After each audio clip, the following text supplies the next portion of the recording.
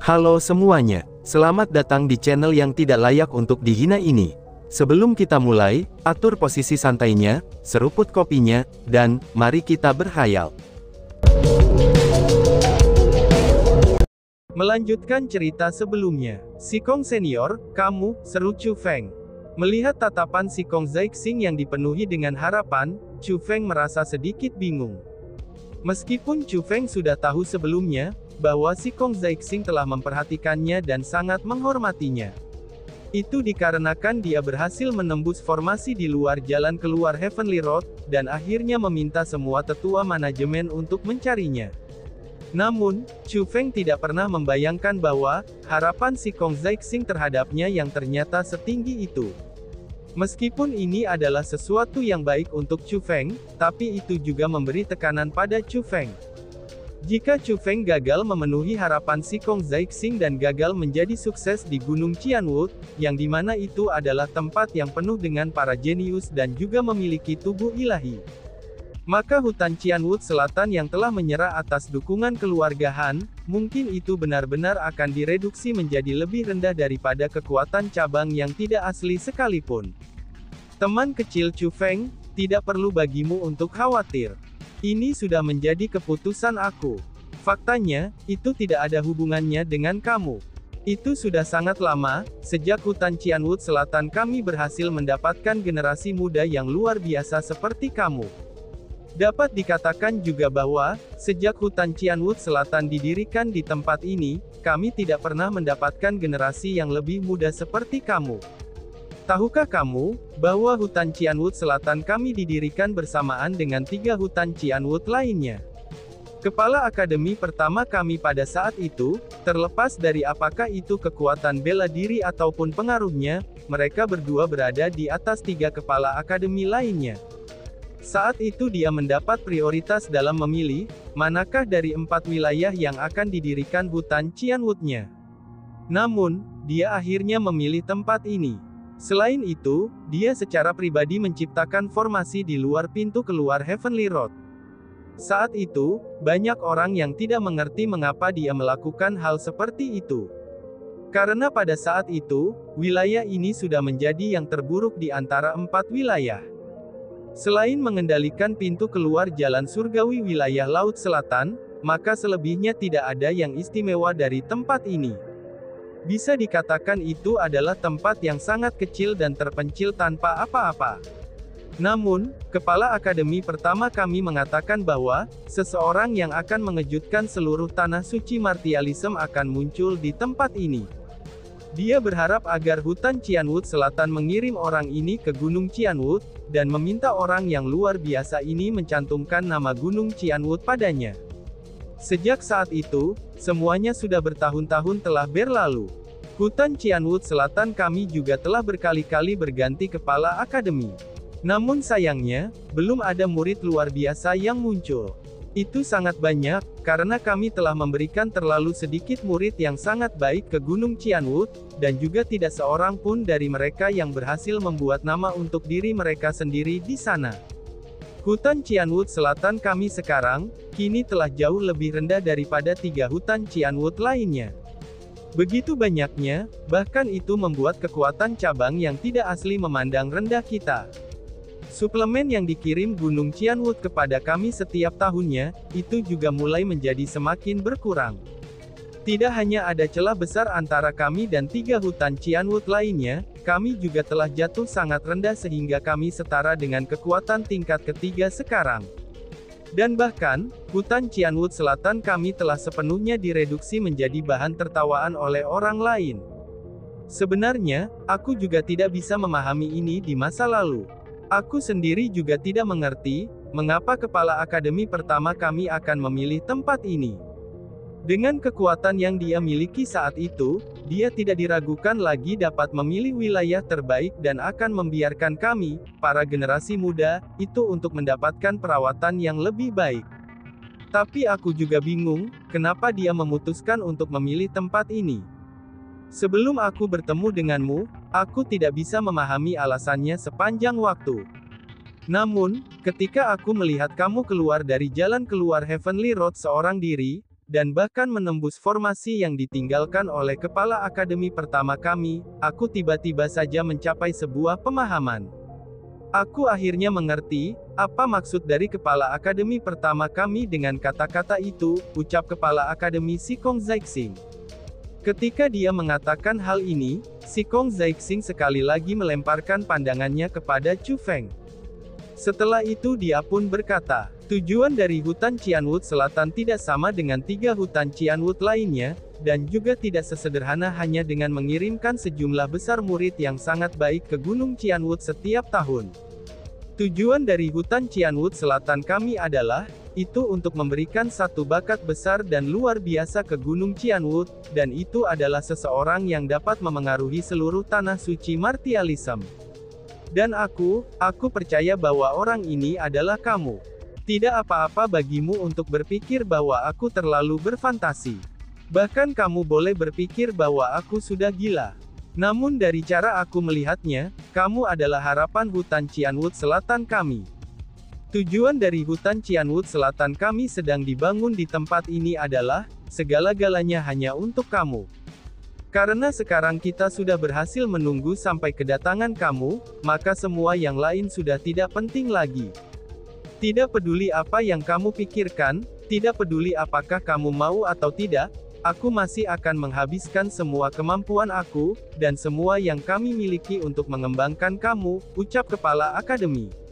Wow, kami benar-benar berhasil meraih emas. Orang tua ini berencana untuk melemparkan semua taruhannya kepada kamu, ucap si ratu. Setelah mendengar apa yang dikatakan kepala akademi hutan Qianwood Selatan, si ratu mulai tertawa bahagia. Namun sembari tertawa bahagia, dia juga berkata dengan sedikit penyesalan.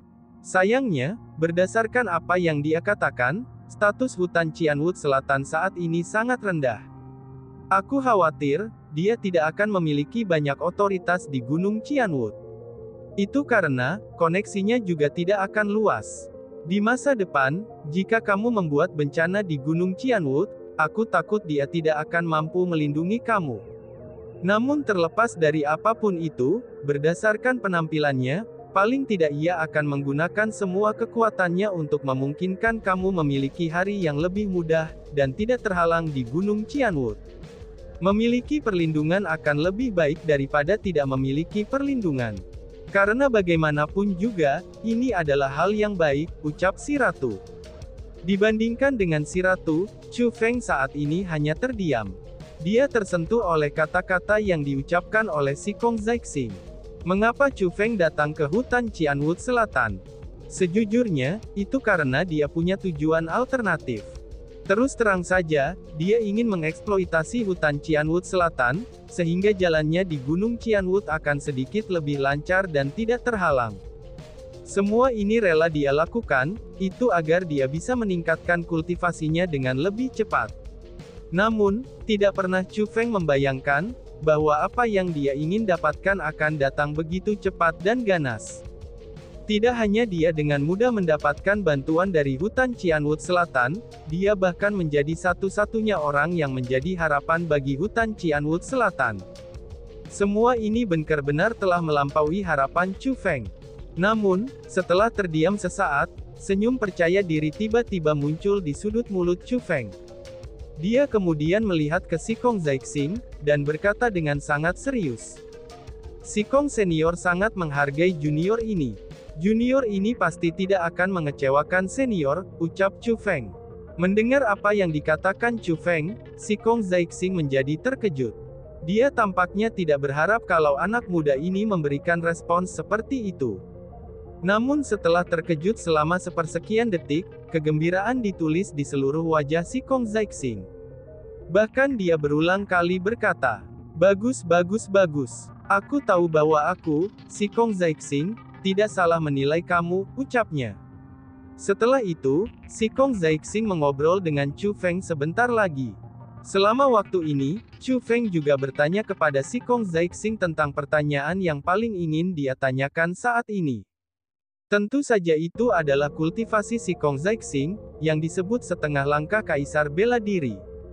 Dia ingin tahu persis kultivasi macam apa itu. Hahaha, teman kecil Chu Feng, kamu benar-benar terlalu memikirkan aku. Kaisar bela diri adalah tingkat kultivasi yang luar biasa. Aku sendiri bahkan tidak memiliki harapan untuk mencapai itu sepanjang hidup aku. Ranah kultivasi aku saat ini adalah Half Martial Emperor. Ini adalah ranah antara Martial King dan Martial Emperor. Ranah ini melampaui Raja Bela Diri, dan kurang lebihnya bisa merasakan dan menggunakan sejumlah kecil kekuatan di ranah Kaisar Bela Diri. Hanya saja, kekuatan di level Martial Emperor seperti ini sangat lemah. Meskipun itu lebih kuat tanpa batas dari kekuatan martial tingkat Raja, tetapi ada perbedaan besar jika dibandingkan dengan kekuatan martial tingkat Kaisar yang sebenarnya. Bahkan bisa dikatakan juga, bahwa keduanya tidak setara. Justru karena seseorang akan menyentuh ambang Kaisar Bela Diri, tetapi sebenarnya masih sangat jauh untuk menjadi Kaisar Bela Diri. Ranah kultivasi ini pada akhirnya dikenal sebagai setengah langkah Kaisar Bela Diri. Alasan mengapa teman kecil Chu Feng belum pernah mendengar tentang ranah setengah langkah Kaisar Bela Diri, dan percaya bahwa setelah Raja Bela Diri adalah Kaisar Bela Diri, itu karena individu terkuat dari tempat kamu berasal hanyalah berada di ranah Raja Bela Diri. Sebab itulah, tidak pernah ada orang yang berhasil mencapai Half Martial Emperor. Kemudian berdasarkan catatan tertulis, yang mencantumkan energi alami setelah King level Martial Power adalah Emperor level Martial Power. Orang-orang juga telah menentukan, bahwa setelah Martial King akan menjadi Martial Emperor. Itu sebenarnya pemikiran yang salah. Kaisar Bela Diri adalah tokoh paling kuat di dunia. Bahkan tubuh ilahi saja, yang mendapatkan bantuan langsung dari surga, serta memiliki bakat yang sangat besar untuk kultivasi dan kekuatan yang unik dan juga kuat, jika kemampuan pemahaman mereka serta pemahaman mereka tentang kultivasi bela diri tidak luar biasa, maka mereka juga akhirnya akan berhenti di setengah langkah Kaisar Bela Diri. Ranah marsial Kaisar ini benar-benar sangat-sangatlah sulit bagi seseorang untuk menjadi Kaisar Bela Diri. Ini juga alasannya, mengapa di tanah suci martialisme kita, ini adalah tempat berkumpulnya para jenius yang tak terhitung jumlahnya, dan jumlah kaisar martialnya juga sangat jarang, ucap kepala akademi. Mendengar ini, Chu Feng tampaknya mengerti, mengapa kakek Luo maupun Tante Sue menempatkan kaisar marsial dalam kesucian. Ternyata kaisar marsial benar-benar tinggi dan hampir tak tercapai. Mereka adalah makhluk yang ada di tempat yang mirip dengan dewa. Sikong Senior, dalam hal itu, apakah kamu tahu, kira-kira berapa banyak kaisar bela diri yang dikenal sekarang di tanah suci martialisme? Tanya Chu Feng yang ingin tahu. Kekuatan terkuat dari tanah suci martialisme, mereka adalah 3 istana, 4 klan besar, dan 9 keluarga. Mereka dapat dipastikan dipimpin oleh kaisar marsial. Selain manusia, beberapa klan binatang mengerikan terbesar pastinya dipimpin oleh kaisar bela diri juga. Namun, karena tanah suci martialisme adalah tempat yang sangat besar, ada juga banyak orang yang tidak tertarik pada ketenaran ataupun kekayaan. Tidak ada yang bisa memastikan bahwa, selain kekuatan terkenal ini yang telah ada selama beberapa generasi, maka tidak akan ada kaisar marsial lainnya. Namun, terlepas dari seberapa kuat kaisar marsial itu, hidup mereka tidaklah terbatas. Banyak kaisar bela diri yang telah bergerak tanpa hambatan di seluruh tanah suci bela diri di masa lalu, yang telah memasuki pelatihan pengasingan di akhir hidup mereka, dan menemukan metode untuk memperluas hidup mereka. Bahkan sekarang, orang-orang itu belum keluar dari pelatihan pengasingan mereka. Kami tidak dapat memastikan bahwa mereka mati atau tidak, tapi kami juga tidak yakin bahwa mereka masih hidup. Selain itu, ada juga banyak ahli senior yang memiliki peluang untuk menjadi kaisar bela diri. Untuk mencoba terobosan ke ranah kaisar bela diri, mereka telah memasuki pelatihan pengasingan selama bertahun-tahun. Beberapa dari mereka, itu bahkan telah mengikuti pelatihan pengasingan selama lebih dari ratusan dan ribuan tahun. Bahkan sekarang, para senior ini belum keluar dari pelatihan pengasingan mereka. Tidak ada yang tahu, apakah mereka berhasil menjadi kaisar bela diri yang agung atau tidak, atau mungkin mereka telah gagal dan mati. Jika kamu bertanya kepada aku berapa banyak kaisar marsial yang dikenal dan hidup di tanah suci martialism, maka benar-benar sulit bagi aku untuk memberi kamu. Yang bisa aku katakan adalah bahwa terlepas dari siapa mereka, terlepas dari apakah mereka baik atau jahat, terlepas dari apakah mereka manusia atau binatang buas, selama mereka mampu menjadi kaisar bela diri, mereka adalah orang-orang layak mendapatkan kekaguman terbesar, dan mereka adalah orang-orang yang pantas untuk dihormati, ucap si Kong Zixing dengan wajah yang dipenuhi dengan penampilan hormat. Seolah-olah orang-orang yang dia bicarakan bukanlah manusia, melainkan dewa. Setelah mendengar apa yang dikatakan si Kong Zixing, Chu Feng tidak bisa membantu, tetapi memperdalam rasa hormat yang dimilikinya untuk kaisar marsial. Namun, ketika dia mengingat Keratua, Chu Kongtong, dan bahkan patung-patung pelindung wilayah terlarang keluarganya yang dia temui di jalan surgawi, mereka semua memiliki aura yang sangat kuat. Sensasi yang mereka berikan itu benar-benar berbeda dari si Kong Zixing. Dengan demikian, pada saat dia bertemu dengan mereka, Chu Feng dengan kuat percaya bahwa dia telah bertemu kaisar marsial yang legendaris. Di tanah suci martialism, kaisar marsial setara dengan dewa. Namun dalam klannya sendiri, bahkan patung penjaga tanah terlarang adalah kaisar bela diri. Ini sudah jelas menunjukkan kepada Chu Feng bahwa, seberapa kuat klannya sendiri. Keratua telah mengatakan bahwa Chu Feng berasal dari dunia luar, dan keluarga Chu Feng juga begitu kuat, sehingga bisa membuat semua kekuatan utama di tanah suci martialism berlutut dan menyembah mereka. Pada saat itu, Chu Feng skeptis dengan kata-kata yang diucapkan oleh keratua itu. Namun pada saat ini, dia benar-benar dan sepenuhnya percaya akan hal itu. Itu karena, dia bisa merasakan bahwa terlepas dari apakah itu keratua ataupun Chu Kongtong, mereka semua adalah kaisar bela diri. Selain itu, mereka bukan hanya kaisar bela diri biasa. Hanya berdasarkan pada kekuatan mereka yang kuat serta aura mereka yang dapat membuat seseorang mati lemas, itu sudah menandakan bahwa kata-kata yang diucapkan oleh keratua semuanya sangatlah benar.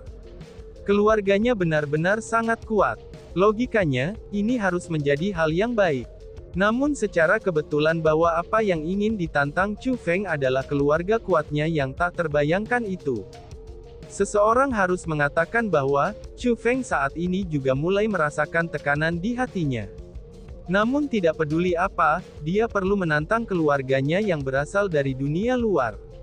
Itu karena, dia perlu merebut kembali kehormatan ayahnya. Dan untuk melakukan itu, pertama-tama ia harus menempatkan dirinya di tanah suci martialism ini. Chu Feng, saat ini kamu sudah di peringkat 9 Martial Lord. Ini adalah level yang sangat krusial. Dalam beberapa hari lagi, kolam abadi kuno akan dibuka. Aku akan mengirim kamu bersama para murid yang direncanakan oleh hutan Qianwood Selatan kami, itu untuk dikirim ke Gunung Qianwood tahun ini dan berlatih di kolam abadi kuno. Aku percaya bahwa dengan bakatmu, kamu akan bisa mendapatkan panen yang cukup dari sana. Ketika tahun depan datang, aku akan mengirim kamu ke kolam abadi kuno sekali lagi. Mungkin pada saat itu kamu akan mencapai pemahaman dari tempat itu, dan kemudian menerobos ke ranah Martial King.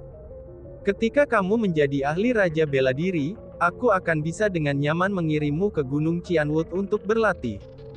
Tiba-tiba saja, suara si Kong Zixing mengganggu jalur pemikiran Chu Feng.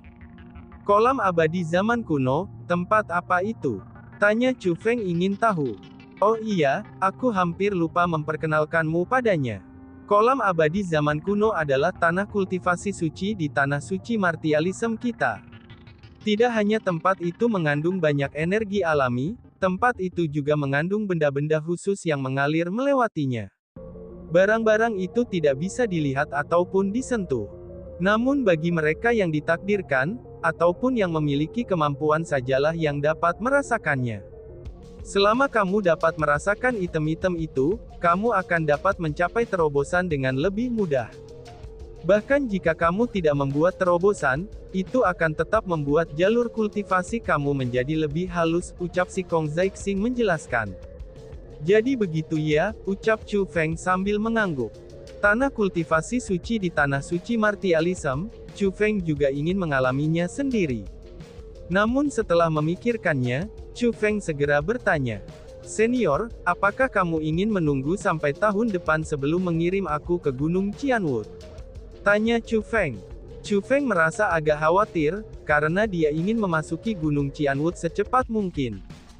Karena bagaimanapun juga, sumber daya kultivasi yang mereka miliki di sana, itu tidak ada bandingannya dengan hutan Qianwood Selatan. Meskipun kompetisi di sana sangat besar, dan bahkan mungkin ada bahaya dalam hidupnya, tetapi seperti kata pepatah, melawan arus akan membuat seseorang mudah marah, dan menjadi lebih cepat matang. Aku berencana untuk menunggu sampai kamu berhasil menembus level Martial King, itu sebelum aku mengirimmu ke Gunung Qianwood. Namun jika kamu dapat menerobos ke tingkat Martial King pada saat Gunung Qianwood menerima murid dari kekuatan tambahannya, maka aku secara alami akan mengirim kamu ke Gunung Qianwood tahun ini.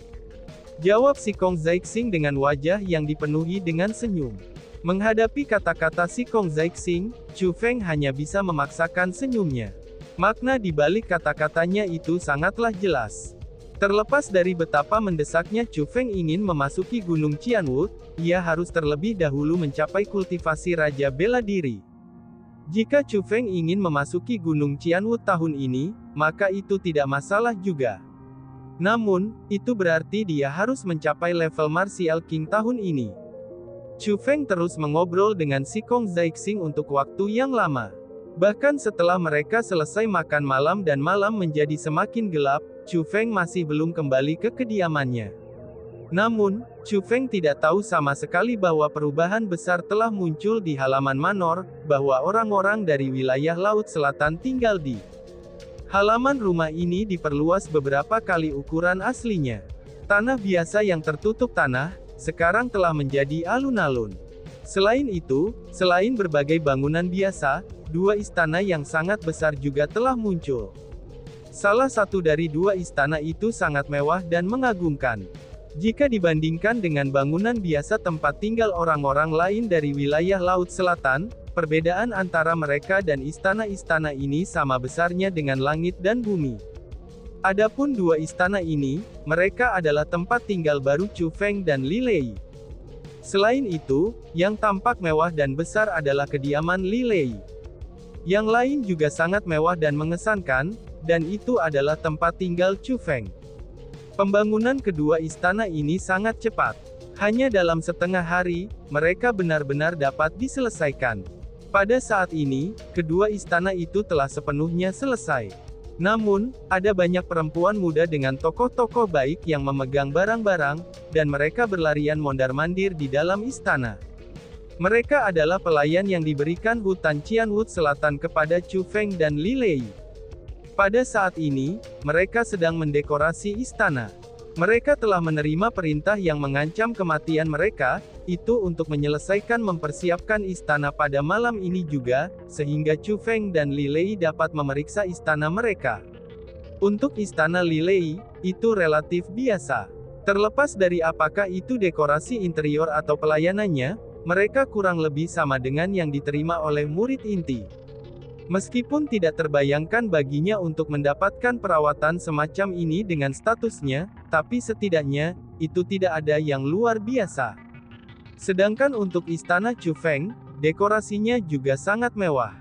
Bahkan pelayan di istananya adalah seorang gadis yang sangat cantik, dan tetnunya dengan kultivasi yang baik. Dapat dikatakan juga bahwa mereka adalah pelayan rumah tangga. Singkatnya, jika seseorang mengatakan bahwa perlakuan Chu Feng adalah yang terbaik di antara semua murid hutan Qianwood Selatan, maka tidak ada yang akan menyangkal hal itu. Jadi, ketika orang-orang dari wilayah Laut Selatan melihat hal-hal yang tiba-tiba muncul di halaman, mereka merasa sangat tertekan. Mata mereka juga dipenuhi dengan tatapan iri. Chu Feng benar-benar memperoleh pengakuan dari kepala akademi. Itu memang masuk akal, dan memang sudah seharusnya dia mendapatkan perawatan semacam ini. Namun, bagaimana dengan Li Lei? Keutamaan atau kemampuan apa yang dia miliki? Mereka semua tahu dengan jelas bagaimana Li Lei ini. Itu hanya dikarenakan pada saat genting, Li Lei berani membela Chu Feng. Itulah sebabnya dia mendapatkan hadiah semacam ini. Karena hal itulah, ini menyebabkan mereka merasa sangat menyesal. Jika mereka dengan jujur menjelaskan apa yang terjadi seperti apa yang Li Lei lakukan, itu ketika orang tua keluarga Han bertanya kepada mereka apa yang telah terjadi, maka mungkin saja mereka akan mendapatkan perlakuan yang sama seperti Li Lei saat ini, dan mencapai kesuksesan instan di hutan Qianwood Selatan karena Chu Feng. Tapi sayangnya, mereka tidak melakukan hal seperti itu. Tapi justru sebaliknya, mereka menjebak Chu Feng dan hampir membunuhnya. Untuk lebih tepatnya, kalau bukan karena Chu Feng memiliki kekuatan yang kuat, dia kemungkinan akan dibunuh oleh mereka. Inilah yang menyebabkan mereka ditakdirkan untuk berjalan di jalan yang sama sekali berbeda dari Li Lei. Apalagi kesuksesan instan yang Li Lei terima, mereka kemungkinannya tidak akan memiliki kesempatan untuk sukses di hutan Qianwood Selatan lagi. Bahkan menjalani sisa hidup mereka dengan damai, itu akan menjadi masalah. Namun sembari berpikir, dan mengambil keuntungan bahwa Chu Feng belum kembali, mereka yang dipimpin oleh saudara dan saudari Shen Lang dan Shen Hong, semua orang dari wilayah Laut Selatan pergi bersama untuk menemukan Li Lei. Mereka berharap Li Lei bersedia memohon keringanan hukuman bagi mereka. Apa? Kamu semua ingin aku pergi ke Chu Feng dan memohon keringanan hukuman bagi kalian semua, seru Li Lei. Saat ini, luka-luka Li Lei telah sepenuhnya disembuhkan. Dia awalnya mengawasi para pelayan, dan memeriksa tempat tinggal barunya dengan sukacita dan kegembiraan dari lubuk hatinya. Namun setelah dia mendengar permintaan dari Shen Lang dan yang lainnya, ekspresi Li Lei mengambil perubahan begitu besar. Dapat dikatakan bahwa ketidakbahagiaan tertulis di wajahnya. Sekarang dia memiliki Chu Feng sebagai dukungannya, maka dari itu dia tidak takut pada Shen Lang dan mereka sama sekali. Karena itulah, dia tidak mau repot-repot bersikap sopan kepada mereka. Dengan wajah tegas, dia menunjuk Shen Lang beserta mereka dan berkata, "Kalian semua, dengarkan baik-baik. Hanya saudaraku, Chu Feng, orang yang berbelas kasih dan baik hati. Karena jika itu aku yang menerima kelakuanmu, maka aku sudah akan membunuh kalian semua. Terutama untuk kamu, Shen Hong. Saudaraku Chu Feng hanya membawa masalah pada dirinya sendiri karena dia membela kamu. Bagaimana mungkin kamu bisa memperlakukannya seperti itu? Cari dalam hatimu, dan tanyakan pada dirimu sendiri. Apakah kamu telah melakukan sesuatu yang bisa dilakukan seorang manusia? Apakah kamu masih memiliki jejak nurani yang tersisa? Ataukah semua nurani kamu telah dimakan anjing?" ucap Li Lei. Menghadapi interogasi keras Li Lei, Shen Hong menundukkan kepalanya dan tidak berbicara. Bahkan matanya sudah memerah. Ini karena dia merasa sangat malu setelah ditanyai pertanyaan-pertanyaan itu. Namun, hal yang paling membuatnya resah adalah kejahatan saat menendang giginya. Kejahatan itu adalah sesuatu yang bahkan membuatnya memerah karena malu. Sebab itulah, dia tidak lagi memiliki wajah untuk melihat orang lain lagi. Karena itu, sudah sangat terlambat untuk penyesalannya saat ini. Tapi sayangnya, itu semua sudah benar-benar terjadi. Tidak peduli betapa menyesalnya dia, maka tidak ada cara baginya untuk mengubahnya. Jalan yang telah diambilnya sendiri, itu adalah sesuatu yang harus ditanggungnya sendiri. Apakah itu penghormatan atau rasa malu, maka itu adalah sesuatu yang perlu dia hadapi. Yo, kamu benar-benar memiliki nada yang sombong. Kamu, sekelompok sampah dari wilayah Laut Selatan, siapa yang akan kamu bunuh sekarang? Ucap seseorang. Namun tepat pada saat ini, sebuah suara yang dipenuhi dengan nada mengejek tiba-tiba terdengar dari luar halaman. Setelah suara ini didengar, hal itu menimbulkan kekhawatiran besar bagi semua orang yang hadir. Bahkan para pelayan yang bertugas mendekorasi istana menjadi terpana. Mereka segera melemparkan pandangannya ke arah orang yang melemparkan kata-kata itu. Setelah Li Lei dan mereka menoleh ke arah sumber suara, hampir semua ekspresi mereka mengambil perubahan besar. Kegelisahan dan keresahan, dengan dua kondisi pikiran yang rumit ini, kedua emosi itu menyerbu wajah semua orang yang hadir. Dan tiba-tiba saja bersambung. Sekian dan terima kasih banyak. Bye-bye.